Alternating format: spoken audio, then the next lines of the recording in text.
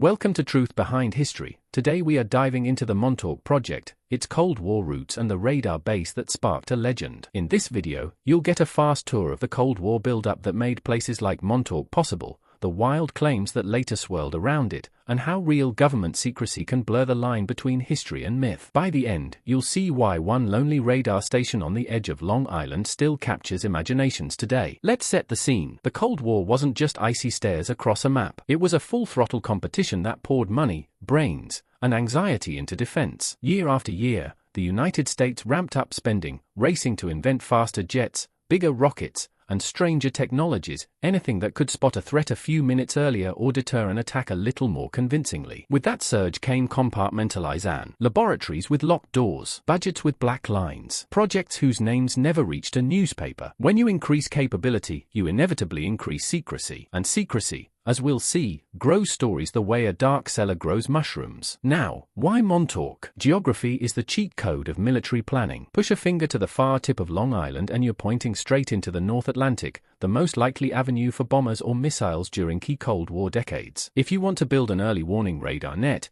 you don't tuck it in a valley. You put it on the edge, high, coastal, and unobstructed. That's where the Montauk Air Force Station comes in. Imagine a gigantic radar dish turning above the dunes, sweeping the horizon, feeding data back into a national network so that command centers could know, not guess, what was approaching. Quiet town, enormous antenna, continuous power, restricted perimeter. It's practically a recipe. But here's the human dimension. Picture living nearby in the 1950s or 1960s. You see a base with strange equipment, odd hours, and armed guards at the gate. You hear the low whir of machinery at night and watch convoy trucks slip in during storms when the roads are empty. You ask a question and get a polite shrug, classified. Over time, how do ordinary people fill in the blanks they're not allowed to see? With theories, with whispers, with rumors that leap the fence long before facts do. This is where public anxiety becomes a character in our story. The same era that gave us schoolhouse duck and cover drills also gave us a culture constantly reminded that annihilation could come on a Tuesday. In that psychological climate, anything that felt unusual or unexplained could become a magnet for speculation. Montauk's coastal isolation, its towering radar, and its tight-lipped mission made it a perfect stage. Was it just radar? Was it something more? That question alone kept the rumor mill well stocked. Notice the pattern already forming. Military expansion concentrates resources in places the public can't easily observe. Strategic logic says build here, but security logic says don't talk about it. Those two truths create a vacuum, and vacuums, historically, never stay empty. They get filled with fear, with guesses, and eventually with legends. Montauk begins right there, between real national defense needs and the shadowy edges of what people weren't told. Hold that frame in your mind: rapid defense growth, a critical radar node perched on the Atlantic, and a public primed to imagine what they couldn't confirm. That foundation will matter as we continue, because it explains how a working radar station could later be remembered as the doorway to something far stranger. Now that we've set the Cold War stage, let's talk about how the Montauk Project legend actually began. Because here's the twist: during the years when the base was fully operational, you didn't see stories of time portals or mind experiments splashed across the papers. Those came later. The myth took root in the 1980s, thanks to one man, Preston Nichols. Nichols claimed he had worked on secret experiments at Montauk, and he told his story in a book that read more like science fiction than autobiography. He described government programs that dabbled in psychic warfare, invisibility, even ripping open holes in space and time. Wild, yes, but the timing was perfect. By the 1980s, Cold War paranoia had mixed with post-Watergate distrust, so people were primed to believe that behind every locked gate was a forbidden experiment. Nichols gave them a narrative that felt both thrilling and believable in that climate. But Nichols didn't invent his story from thin air. He tied Montauk to an earlier tale, the infamous Philadelphia experiment. That was the World War II-era legend claiming the Navy had tried to make a ship invisible and accidentally teleported it across space. Most historians dismiss the Philadelphia experiment as fabrication, but linking Montauk to it gave Nichols' claims a ready-made lineage. It's like handing your myth a family tree. Suddenly Montauk wasn't just some remote radar base, it was the sequel to an already famous mystery. And here's where things got interesting. Once you connect dots between secret bases, invisible ships, and experimental technology, you don't need a lot of evidence to get attention. People began treating Nichols' anecdotes as if they were breadcrumbs leading to a larger hidden truth. Timelines got stretched, eyewitnesses became harder to pin down, and out of that murky mix, a pseudo-historical narrative was born. That means it wasn't strict history, but it dressed itself in enough historical clothing, names, dates, military programs, to feel like history to many readers. Think of it this way: history is like a puzzle where you're missing a few pieces. Myth is like taking those gaps and filling them with pieces from a completely different box, but cutting the edges so they seem to fit. That's what happened here. Nichols gave the Montauk legend a shape, the Philadelphia experiment gave it depth, and the cultural hunger for secret knowledge gave it traction. And once a story like that begins, it doesn't stay contained. It spreads, fueling new rumors, new eyewitnesses, and eventually a whole body of mythology that people still argue about today. Here's where the Montauk story takes its most bizarre turn. Once Preston Nichols' revelations were out there, the alleged experiments became wilder, darker, and frankly more cinematic. People didn't just say Montauk was a radar base anymore. They said it was a laboratory for bending reality itself. First, let's talk about time-space manipulation. According to the legend, Montauk wasn't just running radar sweeps across the Atlantic. No, it was allegedly ripping holes in the fabric of space and time. Think about that for a moment. Claims that scientists and military officers were experimenting with portals, sending objects, or even people, into other dimensions. To a Cold War public already steeped in sci-fi films and the space race, this wasn't just fantasy, it felt like a shadow version of what cutting-edge physics might be hiding. After all, if we could put a man on the moon, who's to say we weren't also poking at time itself? Then there's the Montauk Boys program, which is where the legend gets disturbingly human. Stories began to circulate about children being abducted or recruited into secret psychological experiments. The goal, so the claims went, was to cultivate psychic abilities, telepathy, remote viewing,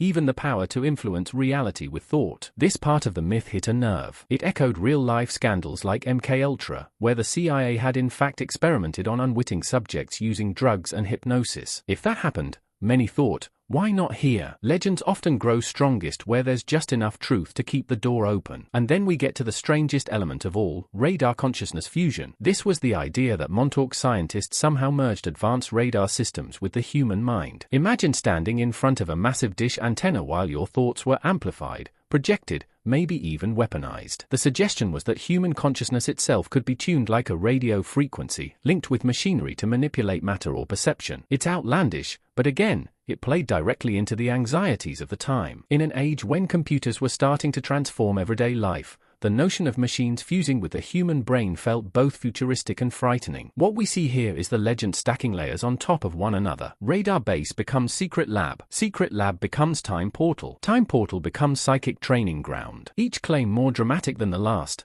but all built on the foundation of a real Cold War installation with very real secrecy. And that's why Montauk endures. It doesn't stop at maybe there was classified research. It leaps straight into maybe the government cracked time travel and experimented on children. Its history turned into a thriller, one that blurs the line between fear and fascination.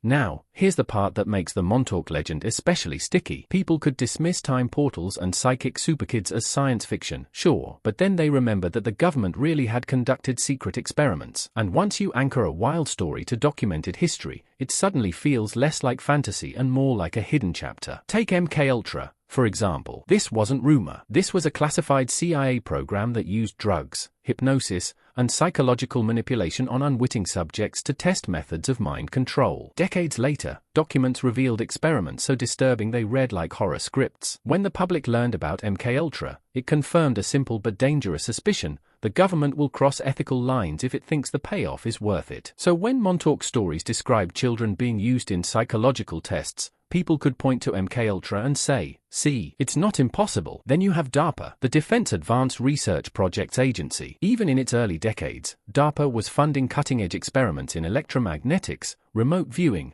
and other projects that sound like they belong in a science fiction novel. While much of that research had perfectly practical aims, the secrecy surrounding it gave fuel to speculation. If DARPA was willing to explore the edges of what technology could do, why wouldn't Montauk be part of the same push? In conspiracy lore, DARPA became the connective tissue, the idea that somewhere in those budgets, radar wasn't just detecting airplanes, it was bending reality. And don't forget the US Navy. For decades, they studied psychological warfare, behavioral conditioning, and the limits of human performance. Most of it was mundane compared to time travel, training, stress testing, resilient studies. But in the public imagination, Navy experiments merged with the earlier Philadelphia experiment tale and created echoes that reached Montauk. After all, if people already believed the Navy once teleported a ship, then claims of Montauk mind manipulation didn't sound so far-fetched. What's happening here is subtle but powerful. Real programs like MKUltra, DARPA's electromagnetic research, and Navy psychological warfare were complex, classified, and morally murky. That reality made them a perfect scaffold for myth-making. It blurred the line between confirmed history and rumor. And once that line blurs, it's easy for a radar base to become a time machine in the public mind. So Montauk didn't float in isolation. It latched onto the credibility of real Cold War programs. The documented history of secret research gave conspiracy stories their fuel. It's like stacking dry kindling around a small spark. The legend could ignite because the ground was already primed. Here's where we shift gears from wild claims to the deeper mechanics that make legends like Montauk not just possible, but almost inevitable. Because behind every strange story, there's a system of incentives that nudges people toward secrecy, distortion, and sometimes outright fabrication. Think about it, secrecy itself is a system. In the Cold War, classified projects weren't just common, they were the norm. If you were a scientist or officer working at Montauk, your career depended on keeping your mouth shut. Success meant obeying the rules of silence. That kind of structure creates a paradox. The more you succeed at protecting secrets, the less the outside world knows, and the less the world knows, the more it speculates. It's like watching shadows on a wall. The more hidden the object, the more monstrous the shadow becomes. Now let's add incentives. For the military, the incentive was clear: stay ahead of the Soviets, no matter the cost. That justified pouring money into projects the public would never see. For writers and whistleblowers, the incentive was different. A shocking revelation, or even just the hint of one, could sell books, capture media attention, and turn an obscure radar base into the center of a cultural storm. And for the general public, there's another incentive at play. Believing in hidden experiments gives people a sense of order, a story to explain the unexplainable. Fear of chaos gets replaced with a narrative, even if that narrative is dark. Then there's the way fact and fiction blend over time. Once you have a base that's truly secret, rumors can be poured into it like water into a mold. Real research projects, forgotten budget lines, or unexplained activity at the gates become raw material. And since the incentives reward exaggeration, whether through media sales or cultural intrigue, the stories tend to escalate. First it's radar, then it's psychological experiments, and before long it's time travel. But let's pause here and recognize something important. This isn't just about one base in Montauk. It's about a recurring pattern in centralized systems. Secrecy is justified as security. Budgets expand in the dark. The public grows suspicious. And once distrust takes root, even the most ordinary government project can become a magnet for conspiracy. In this way,